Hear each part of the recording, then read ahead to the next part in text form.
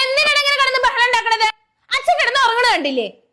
രാവും പകലും കിടന്ന് കഷ്ടപ്പെട്ട് ജോലി ചെയ്ത് വന്ന് റെസ്റ്റ് എടുക്കുക. ബഹളം ഉണ്ടാക്കണോ അവര്? ബഹളം. ഉറങ്ങാനൊന്ന് സമാധാനം കൊടുക്ക്. ഒന്ന് ശബ്ദം കുറച്ച് സംസാരിക്കേട്ടാ. ഒരു ദിവസം സ്കൂളിലെങ്കിൽ തുടങ്ങിക്കോളും രണ്ടും കൂടി കലപിലാന്ന്. ഉറങ്ങണവര് സമാധാനം കൊടുക്കില്ല എന്ന് വെച്ച് കഴിഞ്ഞാൽ പോത്ത് പോലെ വളർന്നു. എന്നിട്ടും ഒരു ബോധം വെച്ചിട്ടില്ല പിള്ളേർക്ക്. എന്താ ഉണ്ണേട്ടാ എണീറ്റിരിക്കണേ? കിടന്നോ? തലവേദനിക്കുന്നല്ലേ പറഞ്ഞത്?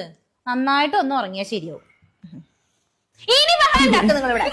ശരിയായിട്ട് തന്നെ ഞാൻ രണ്ടിനെയും പിടിച്ച് പുറത്താക്കും. കിടന്നോട്ടാ.